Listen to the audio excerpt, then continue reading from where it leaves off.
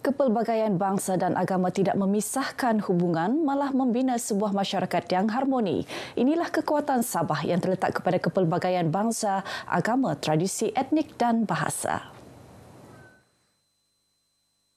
Marilah kita rapatkan barisan ke arah Sabah lebih maju serta progresif dan pertahankan hubungan persaudaraan yang harmoni ini terus menjadi tunjang pembangunan dan keamanan negeri ini.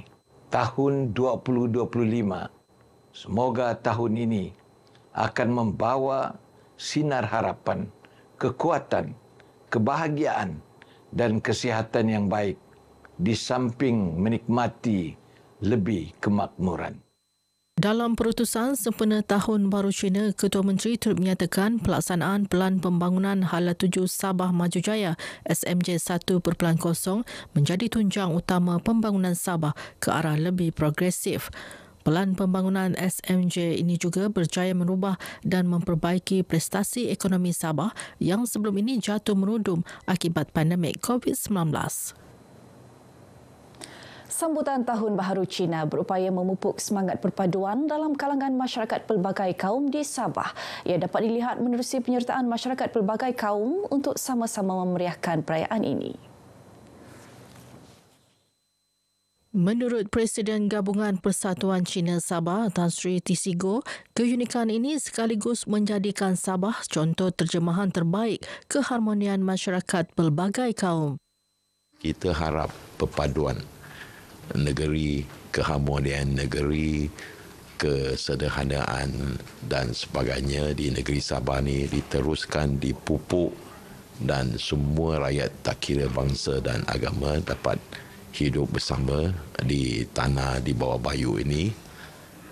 Yang pentingnya negeri kita yang tiada ancaman bencana alam dan sebagainya, kita patutnya mencintai dan menghargai suasana sedemikian dan tidak patutnya mencetuskan ketidakharmonian antara kaum.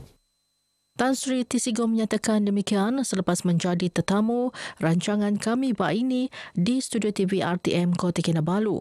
Terdahulu mengulas penganjuran Karnival Tahun Baru Cina 2025, beliau optimis acara ini mampu mempromosi seni budaya masyarakat Tionghoa kepada masyarakat lain di Sabah. Dalam masa sama menjadi tarikan baharu kepada pelancong luar untuk berkunjung ke Sabah sempena sambutan Tahun Baru Cina dan Tahun Melawat Malaysia 2026. Karnival ini berlangsung selama 3 hari bermula 24 Januari di Padang Merdeka, Kota Kinabalu. Pelbagai langkah dilaksana Sabah Electricity SE bagi meningkatkan kapasiti bekalan elektrik di negeri ini. Ia termasuklah penjanaan elektrik menggunakan gas dan solar serta membeli elektrik daripada Sarawak bermula dengan 30 megawatt seawal Mei depan. Pengurusi Sabah Electricity Datuk Seri Panglima Wilfred Madius Tangau yakin pendekatan ini dapat mengatasi masalah bekalan elektrik di Sabah menjelang 2030. Dan kalau dapat disalurkan pada tahun ini bulan Mei, kita pun memang mau tingkatkan pembelian daripada Sarawak lah. Dan dia memang bersetuju sampai 100 megawatt. Beliau menyatakan demikian dalam temu bual eksklusif bersama RTM di Tuaran. Beliau turut menekankan pentingnya hubungan baik antara kerajaan negeri dan persekutuan bagi mencari formula terbaik menyelesaikan masalah bekalan elektrik di Sabah. Dalam pada itu, beliau berharap pemberian subsidi dapat diteruskan bagi memastikan kadar bayaran elektrik di negeri ini tidak naik mendadak yang membebankan pengguna. Ini kerana selain permintaan daripada pengguna, SE turut berdepan permintaan pihak pelabur dan industri yang memerlukan subsidi sama. Pejabat daerah Beaufort disaran membina rumah PPRT bertiang bagi kawasan berisiko dilanda banjir. Ketika mencadangkan perkara itu, Adun Lumadan Datuk Ruslan Muharram berkata ia bagi mengelak kerosakan harta benda sekaligus mengurangkan beban penduduk terjejas. Kita cadangkan kepada pejabat daerah melalui pegawai daerah Beaufort untuk rumah-rumah yang akan dibina selepas ini Kita mencadangkan tidak lagi diberikan kepada rumah yang tidak bertiang di kawasan yang berisiko banjir, supaya ianya dibina kepada rumah yang bertiang. Dato' Ruslan yang juga pembantu menteri kepada Ketua Menteri menyatakan demikian kepada RTM.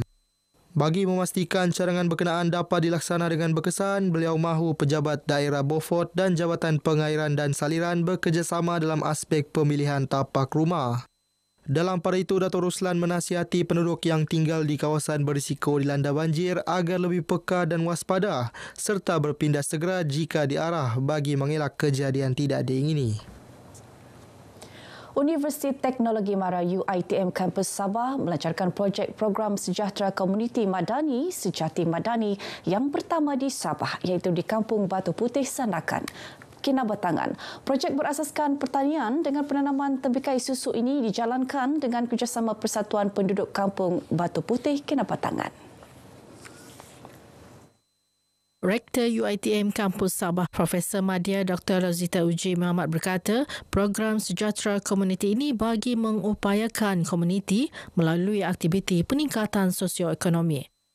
UiTM ini menumpu pada dua, agri dan agro. Sebab dia boleh dilakukan serentak sebenarnya. Tapi untuk projek Sejati Madani, kita dah memilih di antara agri dan juga aqua. Sebabnya di bawah SMJ ya yang akan ternokta pada tahun ini 2025. Kita nak buktikan bahawasanya sektor prima ini diangkat.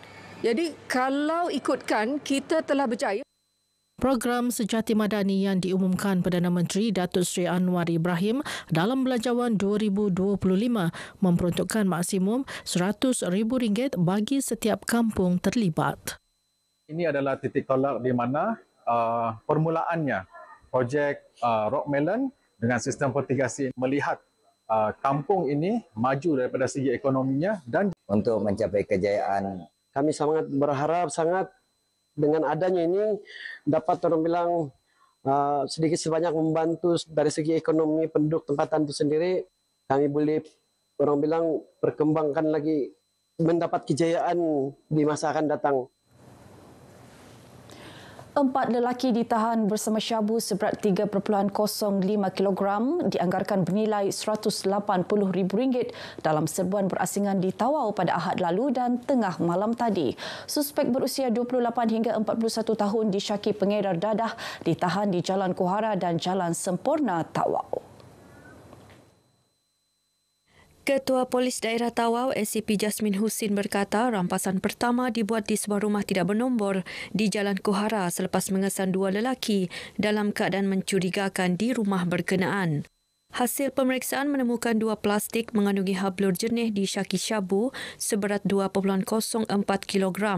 Rampasan kedua pula melibatkan 1.01 kg dadah di kilometer 60 Jalan Sempurna Tawau hasil tangkapan pertama. Kalau ikut ceritanya, dadah yang kita rampas ini sebenarnya dibekalkan oleh daripada tangkapan yang kedua. Jadi oleh sebab itu kita membuat tindakan lanjut untuk mengesan dan seterusnya kita dapat tahan yang kedua. Kesemua suspek kini ditahan riman dan kes disiasat mengikut Seksyen 39B Akta Dadah Berbahaya 1952. Polis kini giat mengesan rangkaian pengedaran dadah ini bagi membantu siasatan. Baik, sekian paparan berita pagi Sabah kali ini. Menyusul selepas ini berita pagi Sarawak bersama Lydia Yusrina. Sebelum berpisah, kami warga RTM Sabah mengucapkan selamat tahun baru Cina. Dari sungai hingga segara, Palestin pasti merdeka.